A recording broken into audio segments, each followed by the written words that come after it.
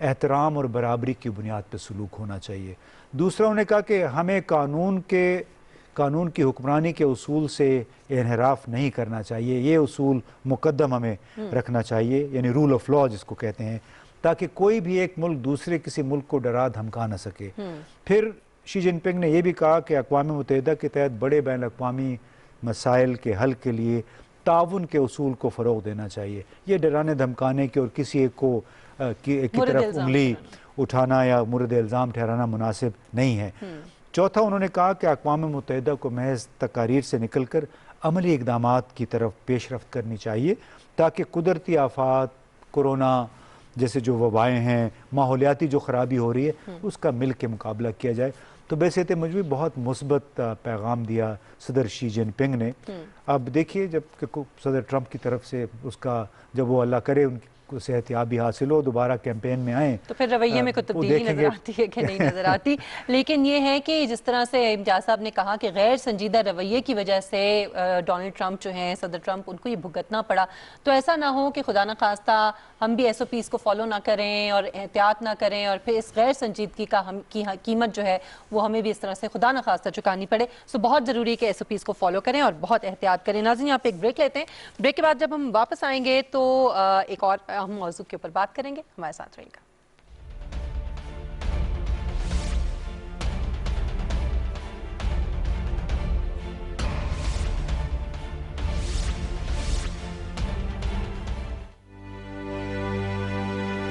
وہ عام انسان، وہ عام پاکستانی جو ہمارے اس سماج کا ایک انٹیگرل پارٹ ہے، جب ان کے ہاتھ سے نوکریاں گئیں تو ان کا گزر بسر کیسے ہوتا ہوگا؟ میں اور زالہ 3 دن 4 دن ہم بھوکے رہے، ہمارے پاس کچھ نہیں تھا۔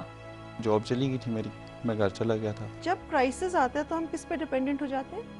اپنی کمیونٹی پہ۔ کورونا میں سب پہ برڈن آ گیا۔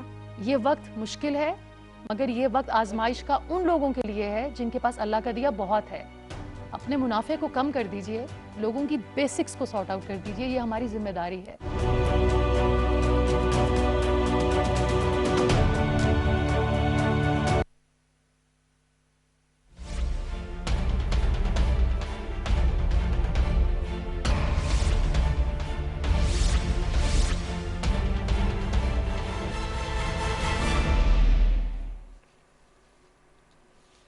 Welcome back. ناظرین، ہم ایک عرصے سے سن رہے ہیں کہ پاکستان میں سرکاری جو ادارے ہیں ان میں اصلاحات ہوں گی، خاص طور پر وہ ادارے جو خسارے پر چل رہے ہیں اور ان کی وجہ سے جو رقم عوام کی فلاح و بہبود پر خرچ ہونی چاہیے وہ ان اداروں کے ملازمین کے اوپر یا تو خرچ ہو جاتی ہے اور یا پھر قرضے جو لینے پڑتے ہیں ان کو چلانے کے لیے ان میں لگ جاتی ہے۔ اس کی وجہ کیا ہے کہ ہم بار بار اصلاحات کی بات کرتے ہیں، کر نہیں پاتے؟ امتیاز صاحب، رکاوٹ کیا ہے اس میں سب سے بڑی؟ رکاوٹ جی بہت ہمارا جو پرانا گورننس کا نظام ہے، جس انداز میں تہ در تہ ہماری گورننس سٹرکچر ہے جی، اور فائل بیسڈ، اب ہم 21ویں صدی میں ہیں اور آج بھی تمام کام فائلوں میں ہوتا ہے۔ ایک فائل پہ کوئی اعتراض ہوتا ہے تو واپس اگر وہ میرے دفتر پہنچتی ہے تو 6 مہینے 3 مہینے گزر چکے ہوتے ہیں، اور ایک فائلوں کا ایک لامتناہی سلسلہ شروع ہو جاتا ہے۔ اب اس کی وجہ سے ہمارے جو سرکاری ادارے ہیں، کارپوریشنیں ہیں، وہ بھی کافی انحطاط کا، زوال کا شکار ہیں۔ اب ہم دیکھ رہے تھے کہ اسی وجہ سے حکومت کے جو قرضے ہیں اور حکومتی اداروں کے خسارہ وہ بھی مسلسل بڑھتا چلا جا رہا ہے۔ میں ایک رپورٹ دیکھ رہا تھا، سرکاری رپورٹ ہے کہ 2019 اور 20 کے دوران کوئی 461 ہمارے سرکاری ادارے ہیں کارپوریشنوں سمیت، اور ان کا جو موجودہ قرضہ خسارہ یہ سارا ملا کے وہ کوئی 1994 ارب روپے ہو چکا ہے، یعنی تقریباً 2000 ارب روپے تک یہ پہنچ چکا ہے۔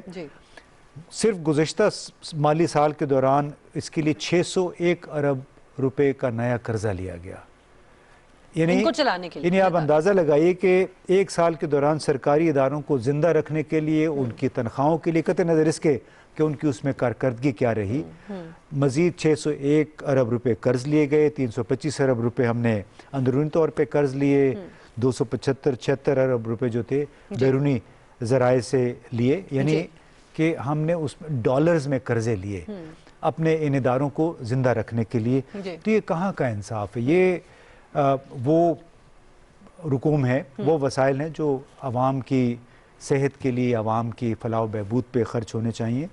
بہت بڑی ایک مثال سٹیل مل ہے جس کا کوئی اب 600 ارب روپے کے قریب لائبلٹیز، قرضہ، خسارہ پہنچ چکا ہے. ابھی اس کو دوبارہ زندہ کرنے کی کوشش کی جا رہی ہے.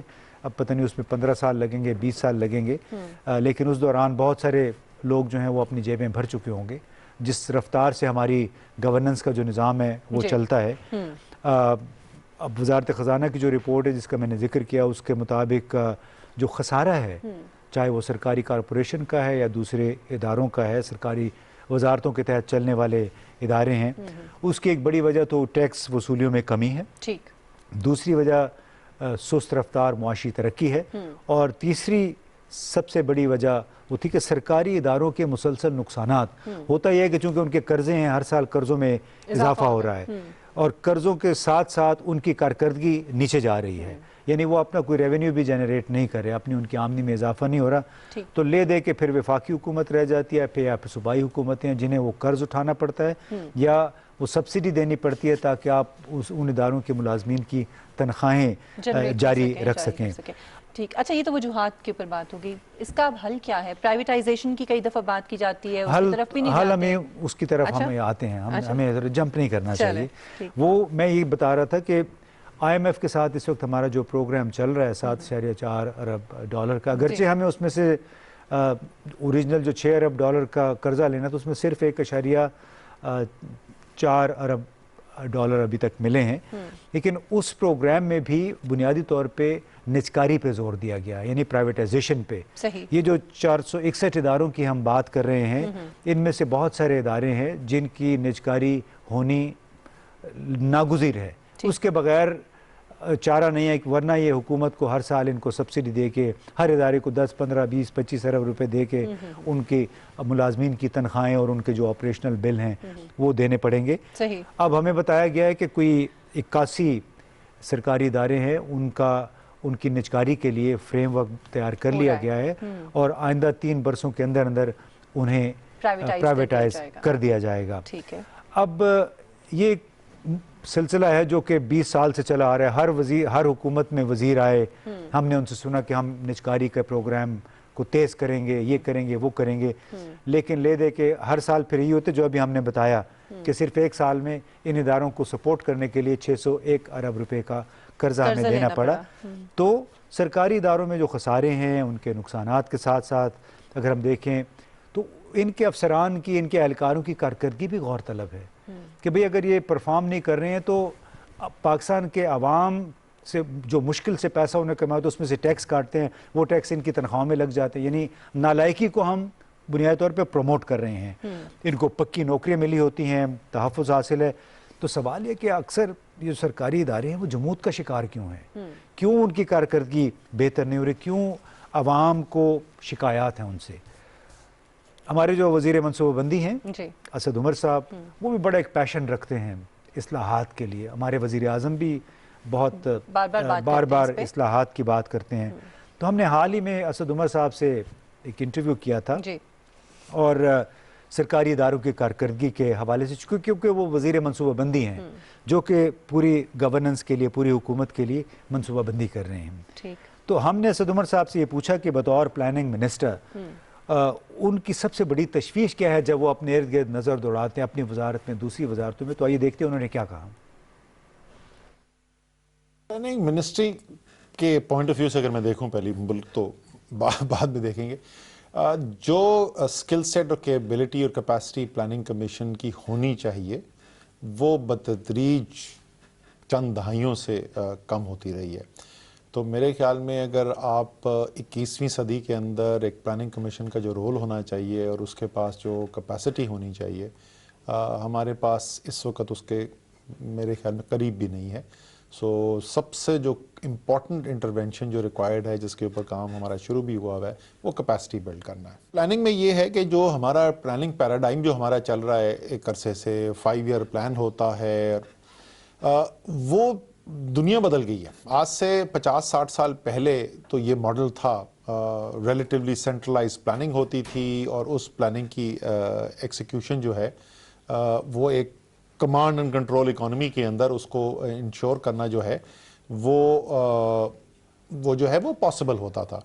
اب جو ہے معیشت جو ہے وہ اب مثلا اگر میں پاکستان کی بات کروں آج سے 50 سال پہلے کا وقت اگر ہم دیکھیں وہ late 60s early 70s, import آپ نے کرنی ہے تو آپ کو لائسنس چاہیے, آپ کو انڈسٹری لگانی ہے آپ کو انڈسٹریل لائسنس چاہیے, سو ایک بہت زیادہ ایک ہیوی کنٹرول رجیم تھا. اچھا پروونسز کے پاس بھی پاور نہیں تھی تو فیڈرل گورنمنٹ کے پاس سارے اختیار سب کچھ سینٹرلائز کنٹرول ہو رہا ہے اور یہی فیڈرل سیکریٹریٹ جو ہے اسی کے اندر تمام طاقت مرکوز ہے. ایک تو یہ بڑی تبدیلی یہ ہوئی کہ اوور دا ایئرز پاکستان جو ہے وہ آہستہ آہستہ اس نے ڈیوالو ہونا شروع ہوا اور خاص طور پر 18ویں ترمیم کے بعد بہت ساری جو چیزیں اکنامک ایکٹیویٹی کی اختیار جو ہے وہ صوبے کے پاس چلی گئی. دوسرا جو تبدیلی آئی وہ یہ کہ زیادہ تر اکنامک ایکٹیویٹی جو ہے وہ پرائیویٹ سیکٹر کے اب کنٹرول میں ہے. تو اب جو بھی حکومت نے کرنا ہے, جو بھی آپ نے پلاننگ کرنی ہے, اس کو اچیو آپ نے کرنا ہے بذریعہ پرائیویٹ سیکٹر کے. سو دیر فور آپ کی کوانٹیٹیو ٹارگٹ کتنے سیٹ ہوں گے اور وہ سب جو چیزیں ہوتی تھی وہ اب کوئی اتنی امپورٹنس نہیں رکھتی. اب آپ نے دیکھنا ہے میں انسینٹو سٹرکچر کیا کریٹ کروں گا تاکہ انویسٹر جو ہے پرائیویٹ سیکٹر اس طرف موو کرے جس طرف میں چاہتا ہوں. میں بزنس کلائمیٹ کیسے بہتر کر سکتا ہوں, میں ایز آف ڈوئنگ بزنس کس طریقے سے کریٹ کر سکتا ہوں. سو یہ وہ چیزیں ہیں جو زیادہ اب اہم ہو جاتی ہیں جو 21ویں صدی کی ماڈرن جو اکانومی ہے اس کے اندر. اور میرے خیال میں ہم نے جو جیسے میں نے پہلے ذکر کیا جو اسکل سیٹ چاہیے تھا اور ایون جو چینج آف تھنکنگ جو چاہیے تھی اس ٹرانزیشن کو کرنے کے لیے وہ ہم نے کوئی بہت زیادہ کامیابی سے نہیں کی. آپ نے دیکھا کہ اسد عمر صاحب نے اس میں ایز آف ڈوئنگ بزنس کی بات کی تو ہم نے ان سے یہ پوچھا کہ ہمارے ہاں جہاں وزیر اعلیٰ آفس سے کوئی ڈائریکٹیو جاری ہوتا ہے اور اس پر ادارے یا ناب جو ہے وہ ان کے خلاف کارروائی شروع کر دیتا ہے تو ایسے میں پھر ایز آف ڈوئنگ بزنس جو ہے وہ کہاں سے آئے گا اور انویسٹمنٹ کون کرے گا, اس کا انہوں نے کیا جواب دیا؟ ذرا دیکھیے.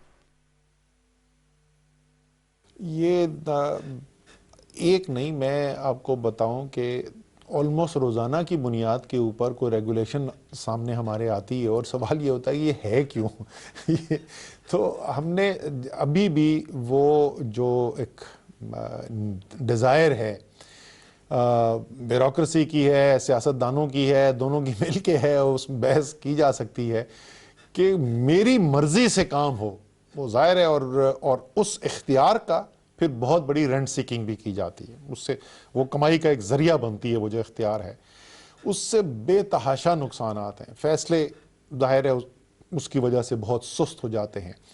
اس کی وجہ سے صرف قیمت جو ہے براہ راست نہیں بزنس کرنے کی بڑھتی, لیکن وہ لوگ بزنس میں کامیاب ہونا شروع ہو جاتے ہیں جو یہ سسٹم کو ورک کرتے ہیں بجائے کہ ان کو کامیاب ہونے کے لیے جن کے پاس رسک ٹیکنگ کیپیسٹی ہے, جو انوویشن کرتے ہیں, یعنی جو دنیا سے مقابلہ کرنے کی صلاحیت رکھتے ہیں وہ نہیں کامیاب ہوتے. کامیاب وہ ہوتے ہیں جن کو اسلام آباد کا سسٹم ورک کرنا آ جاتا ہے.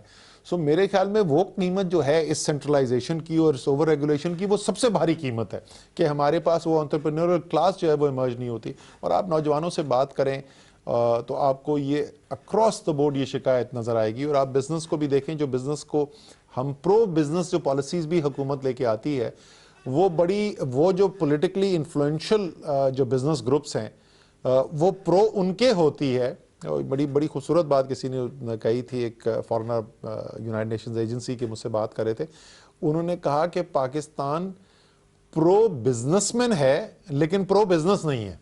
سو مطلب ان کا یہ تھا کہ کوئی چیدہ بزنس مین جو ہے ان کے تو بڑے اچھے کام ہو جاتے لیکن وہ اوور آل بزنس کے ماحول کے لیے اچھا نہیں ہے. اسد عمر صاحب کی یہ بھی خواہش ہے کہ زبردست منصوبہ بندی کے ذریعے اس ملک کو ترقی کی راہ پہ ڈالا جائے, لیکن ہم نے ان کی توجہ ایک بڑے بنیادی مسئلے کی طرف دلوائی جو پنجاب میں گزشتہ دنوں ہوا. ایک شراب کے حوالے سے ایک لائسنس جاری ہوا تھا اور اس کے ارد جو تنازع پیدا ہوا, تو اس سے ہم نے کہا کہ یہ لگتا ہے کہ پاکستان میں اب بھی کئی مواقع پہ جو کاروبار کرنے کے لیے پیمانہ جو استعمال ہوتا ہے وہ سیکیورٹی کا ہے یا مذہب کا ہے. تو اگر یوں ہی پیمانہ یہی رہے گا, یارڈ سٹک جس کو کہتے ہیں کہ اب ہر قدم کو مذہب اور سیکیورٹی کے نقطہ نظر سے دیکھیں گے, تو پھر یہاں پہ ترقی, معاشی ترقی اور کاروبار کو کیسے فروغ ملے گا؟ سیکیورٹی ایک پہلو ہے, وہ بھی ہوتا ہے وہ پچھلے 2 سال کے اندر بڑی آپ کو اس کے اندر تبدیلی نظر آئی ہوگی. بہت سارے فیصلے ہوئے ہیں. یہ جو ٹورزم ہم نے کھولنی تھی وہ ٹورزم تقریباً تمام ایسی جگہیں ہیں جہاں پہ سیکیورٹی کے بڑے کنسرنز ہوتے ہیں تو وہ آپ نے دیکھے فیصلے ہوتے ہوئے. اسی طریقے سے جو بزنس مین باہر سے آ رہا ہے ان کی ویزا ایشوز کا ایشو, اور نتیجہ یہ نکلا ہے کہ ورلڈ بینک کی جو ایز آف ڈوئنگ بزنس رینکنگز ہوتی ہیں اس میں پاکستان مستقل خرابی کی طرف جا رہا تھا. ہمارا کوئی 75-76واں نمبر تھا اور وہاں سے گرتے گرتے ہم 140 کے قریب پہنچ گئے تھے, اور وہاں صرف ایک سال کے اندر پچھلے سال آپ نے دیکھا کہ 22-24-26 پوائنٹس کا اضافہ ہوا, پوزیشنز کی بہتری ہوئی.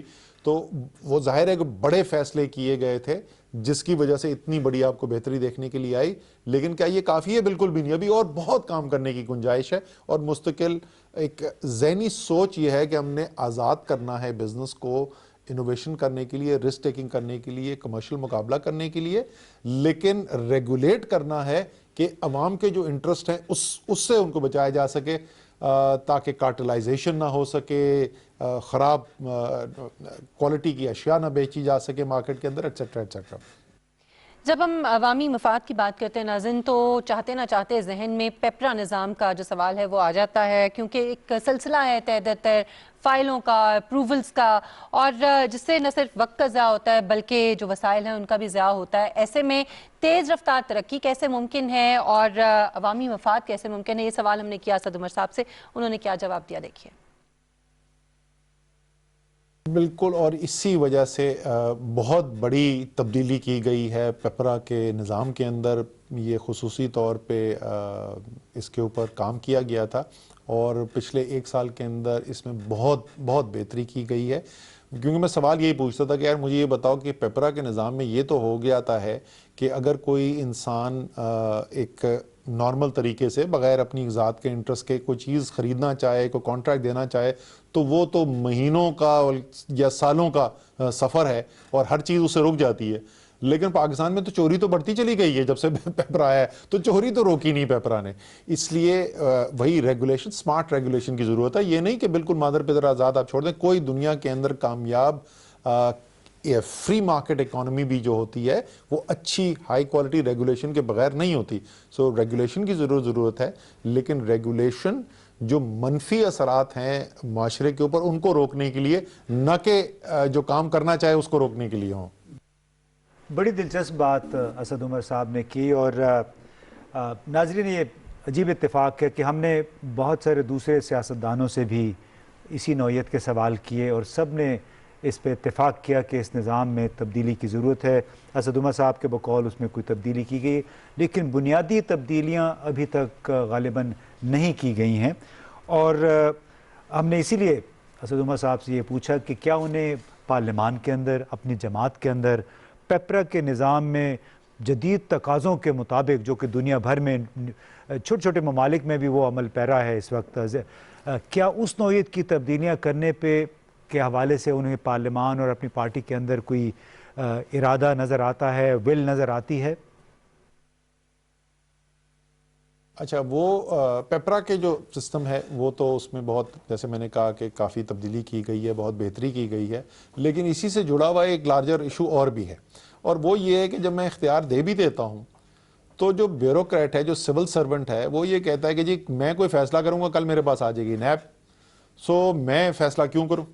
اسی لیے ہم وہ آرڈیننس لے کے آئے تھے جس میں ہمارا مقصد یہ تھا کہ چلیں سیاستدان تو آپس میں جو ہے ان کا سلسلہ وہ چلتا رہے گا, لیکن کم سے کم جو سرکاری لوگ ہیں, جو عہدوں پر بیٹھے ہیں, جنہوں نے فیصلے کرنے ہیں, اور جو بزنس مین ہیں, جو سرمایہ کار ہیں, کم سے کم ان کو تو, ان کے لیے تو ایسا ماحول کیا جا سکے جہاں وہ چوری کریں تو ضرور پکڑے جائیں, لیکن وہ فیصلے کریں اور آپ بعد میں ان سے یہ پوچھیں گے نہیں یہ فیصلہ اچھا نہیں تھا اس لیے تمہیں اس کی سزا ملے گی, تو کوئی فیصلہ کیوں کرے گا. اس کو تو تنخواہ میں کوئی بڑے بڑے بونس تو نہیں ملتے کوئی سرکاری افسر کو کہ وہ اچھا فیصلہ کرے گا. یہ پرائیویٹ سیکٹر تو ہے نہیں کہ اگر اس نے اچھا فیصلہ کیا اور بہت منافع ہوا تو اس کو بہت بڑا ایک بونس مل جائے گا. اس کو تو وہی تنخواہ ملنی ہے. اگر آپ اس کو فیصلہ اگر آپ کو پسند نہیں ہے تو اس پہ سزا دینا شروع کر دیں تو پھر وہ کام کیوں کرے گا. اور یہی صورتحال کافی حد تک پیدا ہو چکی ہے. بدقسمتی سے ظاہر ہے, جیسے میں کہہ رہا ہوں, چوری کر رہا ہے تو بالکل پکڑیں, اس سے کوئی نہیں کہہ رہا کہ اس میں معافی ہونی چاہیے, بلکہ یہ تو طریقے انصاف کی سیاست کا بڑا ایک سینٹرل پلر ہے کہ کرپشن کے خلاف جنگ ہونی چاہیے. لیکن بدقسمتی سے اپوزیشن نے فیصلہ یہ کیا کہ وہ یہ جو نظام کی بہتری ہے وہ صرف اس وقت الاؤ کریں گے جب ان کے جو ذاتی مسائل ہیں نیب کے ساتھ وہ حل کیے جائیں. وہ وہاں پر آگے وہ معاملہ پھنس گیا, وہ کمپرومائز ہم کرنے کو تیار نہیں. اور سچی بات یہ ہے کہ اگر ہم وہ کمپرومائز کرنے کی کوشش کریں, یعنی سیاستدانوں کے ذاتی کرپشن کے جو مسائل ہیں ان کو ہم کوئی لیگل کور دینے کی کوشش کریں, تو یہ قوم ہی ہمیں معاف نہیں کرے گی.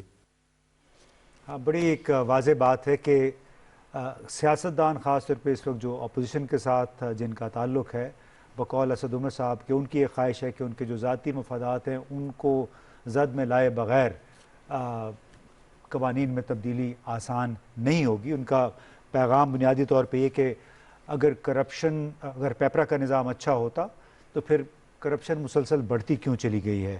دوسرا یہ کہ وہ اس پہ اتفاق کرتے ہیں کہ فیصلے تیز کرنے چاہیے, نظام کو آسان بنانا چاہیے تاکہ ایز آف ڈوئنگ بزنس یعنی بزنس کرنے میں سہولت کاری پیدا ہو. اب اللہ کرے کہ اسد عمر صاحب کے ساتھ ساتھ دوسرے پارلیمانی اراکین بھی پاکستان کے عوام کی بہتری کی خاطر ایسے نظام پہ متفق ہوں جو کہ دوسرے ملکوں میں بھی مروج ہیں اور جس کے باعث فیصلہ سازی اور عمل درآمد جلد ہوتا ہے اور اس سے قومی وسائل, قیمتی وسائل بھی بچ جاتے ہیں. اور ضرورت اس بات کی ہے کہ اب باتوں سے آگے بڑھ کر سنجیدگی سے عملی طور پہ کچھ کیا جائے. اور اسد عمر صاحب کی گفتگو سے ایسا لگتا ہے کہ حکومت اس معاملے میں سنجیدگی سے سوچ رہی ہے اور کام اس پہ ہو رہا ہے. ایک بریک کے بعد واپس آئیں گے ناظرین اپنے اگلے موضوع کے ساتھ, ہمارے ساتھ رہیے گا.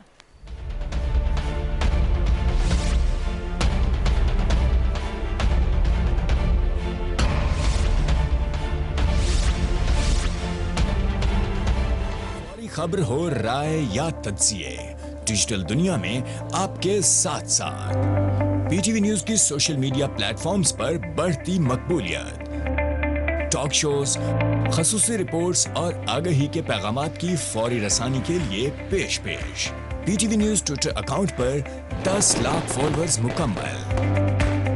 ہم پر اعتماد کرنے اور جڑے رہنے پر آپ کا شکریہ. پی ٹی وی نیوز, درست ہر وقت بر وقت. قانون عوام کے حقوق کا محافظ, مگر جب عوام ہی اپنے قانونی حقوق سے لا علم ہو تو یہ ان کے حصول کے خاطر آواز کیسے اٹھا سکتے ہیں؟ اس لیے ہم لائیں گے آگاہی قانونی حقوق کی, کیونکہ مظلوم کی خاطر چاہے سب خاموش رہیں, قانون بولتا ہے.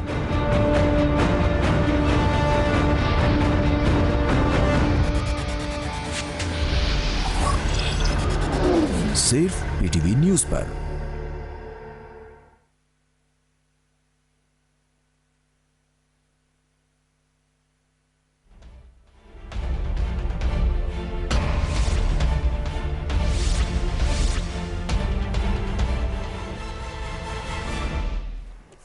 Welcome back.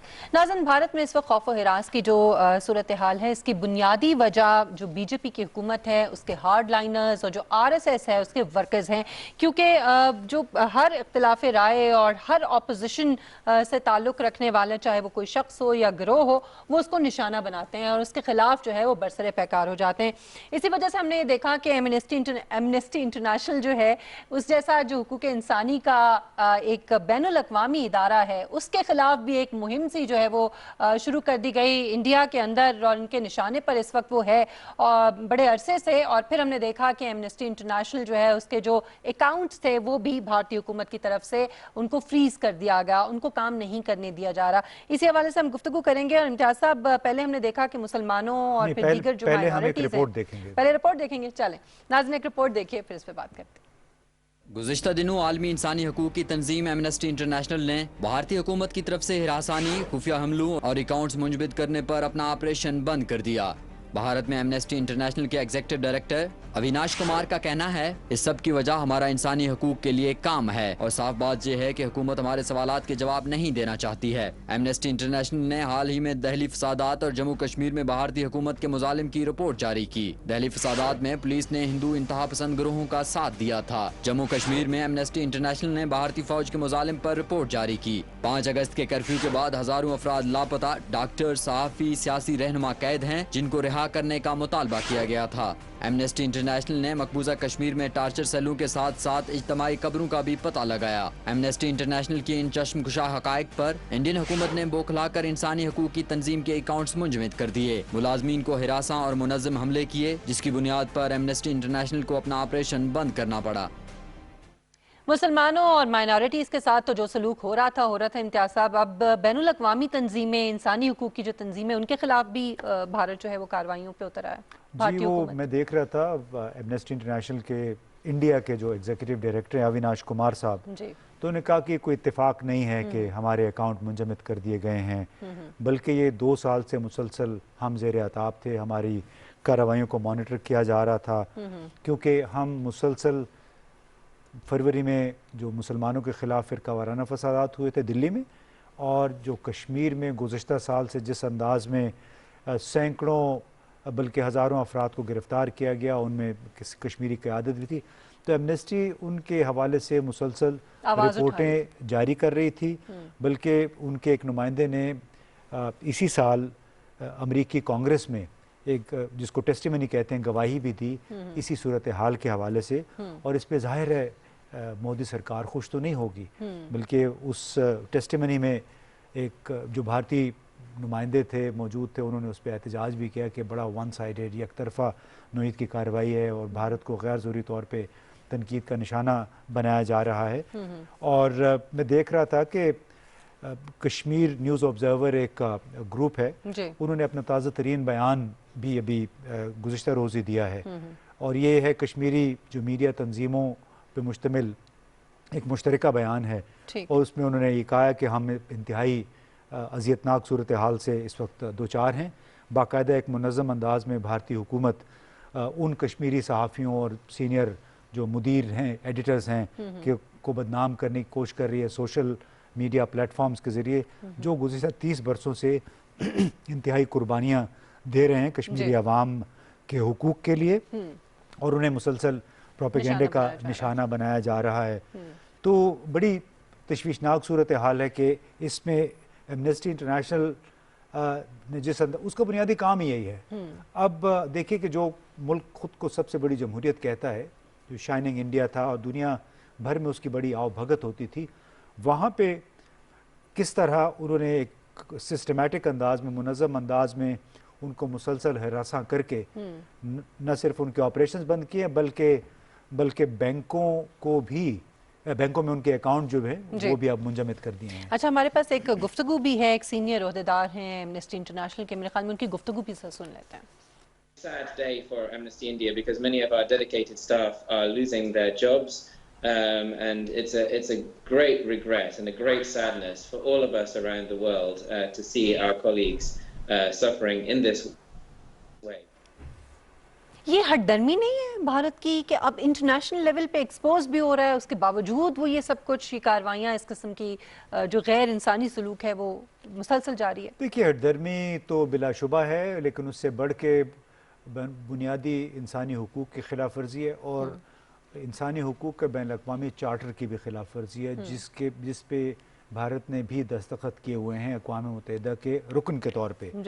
اب میں دیکھ رہا تھا واشنگٹن پوسٹ میں ایک آرٹیکل لکھا ہے رانا ایوب صاحبہ نے، یہ بھی کشمیری جرنلسٹ ہیں، اور اس آرٹیکل میں ذکر ہے شرجیل امام صاحب کا، پروفیسر ہیں جواہر لال نہرو یونیورسٹی کے، اور فروری میں جب فسادات ہوئے تھے اور کوئی 53 مسلمانوں کو اس میں شہید کر دیا گیا تھا، تو اس وقت انہوں نے بڑی زوردار تقریریں کی تھیں شرجیل امام صاحب نے، اس کا نتیجہ وہ آج جیل میں ہیں، اور ان کے خلاف غداری کا مقدمہ اس وقت قائم کیا گیا ہے۔ امتیاز صاحب، سینکڑوں ابھی بھی لوگ جیل میں ہیں یہ NRC اور CAA کے خلاف جنہوں نے اس کے ساتھ ہی کوئی 27 سالہ طالبہ ہیں، سفورہ زرگر صاحبہ ہیں، وہ دیکھیے بدقسمتی کو امید سے ہیں، لیکن وہ بھی جیل میں ہیں کیونکہ انہوں نے سٹیزن شپ امینڈمنٹ بل کی مخالفت کی تھی اور کشمیریوں کے حق میں بات کی تھی۔ بار بار بتایا جا رہا ہے کہ وقت ختم ہو رہا ہے۔ جی، وقت بھی ختم ہو گیا ہے، لیکن جو داستانیں ہیں ظلم کی جو کہ رقم ہو رہی ہیں کشمیر میں اور بھارت کے دوسرے علاقوں میں، وہ ختم نہیں ہو رہی ہیں، تو ہم اس پہ آواز اٹھاتے رہیں گے، اور موقع آئے گا دوسرے پروگراموں میں بالکل آنے والے دنوں میں اس حوالے سے بھی گفتگو کرتے رہیں گے اور اہم موضوعات کے اوپر بھی بات ہوگی. ابھی اس پروگرام سے مشعل بخاری اور امتیاز گل صاحب کو اجازت دیجیے. انشاءاللہ کل آپ سے ملاقات ہوگی. اپنا بہت خیال رکھیے گا. اللہ حافظ.